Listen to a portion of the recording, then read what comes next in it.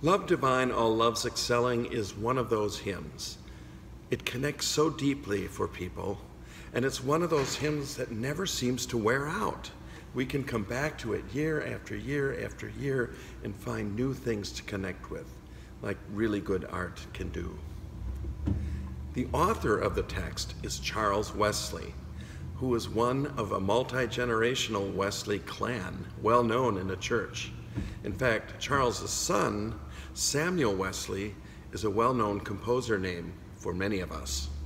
Charles, an Anglican priest, together with his brother John, were very instrumental in the early development of the Methodist Episcopal Church, which eventually became the United Methodist Church.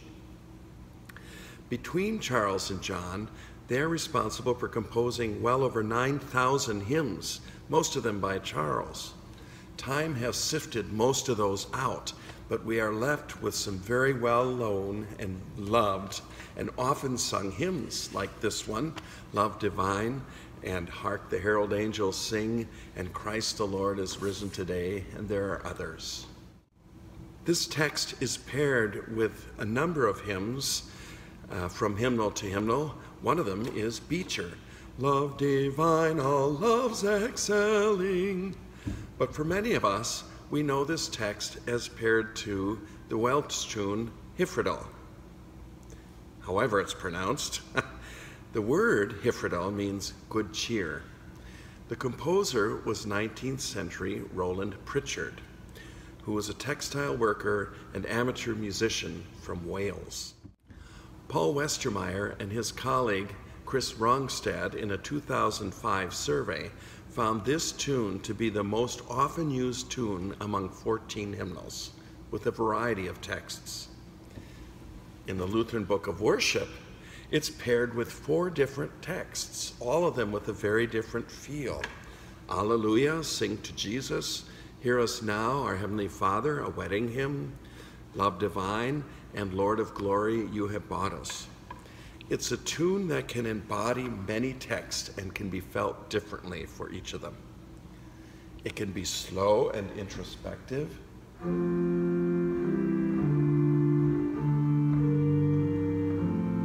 It can be humble.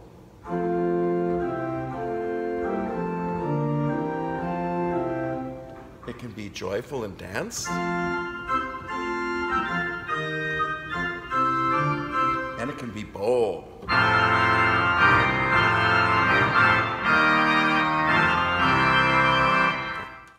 The tune has a relatively small range, mostly 5 notes.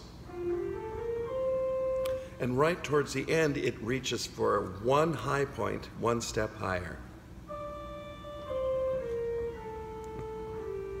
It's a good combination of steps and skips.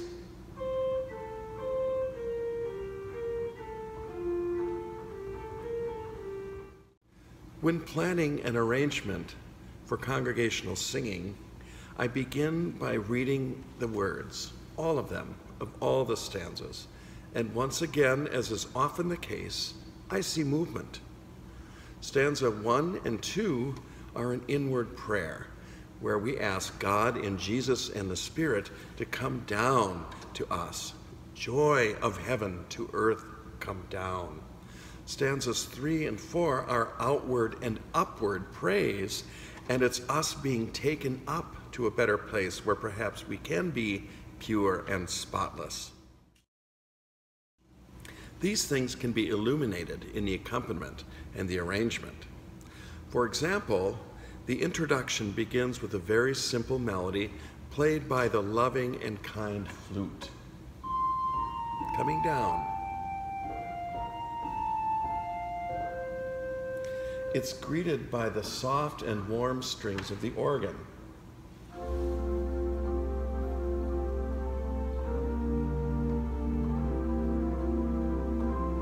The organ strings are warm and comforting, like a good quilt. Stanza 1 is humble. Fix in us thy humble dwelling. Not too fast, not too slow, not too loud, not too soft. Stanza 2 is for choir, and there's a lot going on in this short stanza.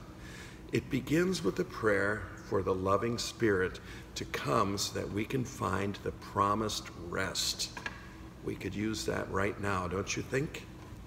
The first two phrases that the choir sings come to a gentle close, as if to put the phrase down on a very soft feather pillow. When the stanza begins by the choir, the cello subtly joins it, as if to be the loving Spirit moving in and around them. And between these two phrases sung by the choir, the cello and the flute offer a restful, quieting duet. The hymn changes direction about halfway through this particular stanza, where we lift up our hands, our fists, as so many psalms do, and say to God, "Take away the love of sinning," as if to say, why do we love this so much? Why do we keep doing it? At stanza 3, the direction moves upward. It begins with the words, "Come Almighty." I like to use the reeds on the organ when something is strong.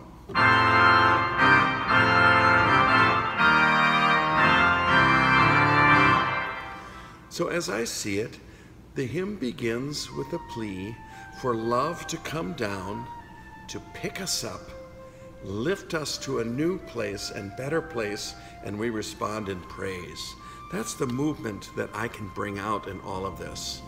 This upward movement is brought out right up to the end, as it begins with stanza 3's strength.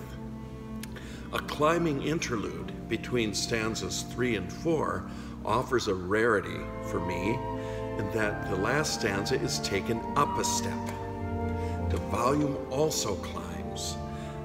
The ascent seems to keep going with the descant.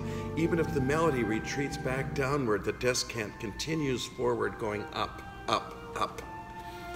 Eventually, we grow and reach that highest note right before the end with that wonderful phrase from this hymn, "Lost in wonder, love, and praise." Indeed, with this arrangement, the organ, the descant, and the choir almost drown out the congregation. It grows so big. Are they lost? They are not. They are there, full-voiced, now joined by all of creation in wonder, love, and praise.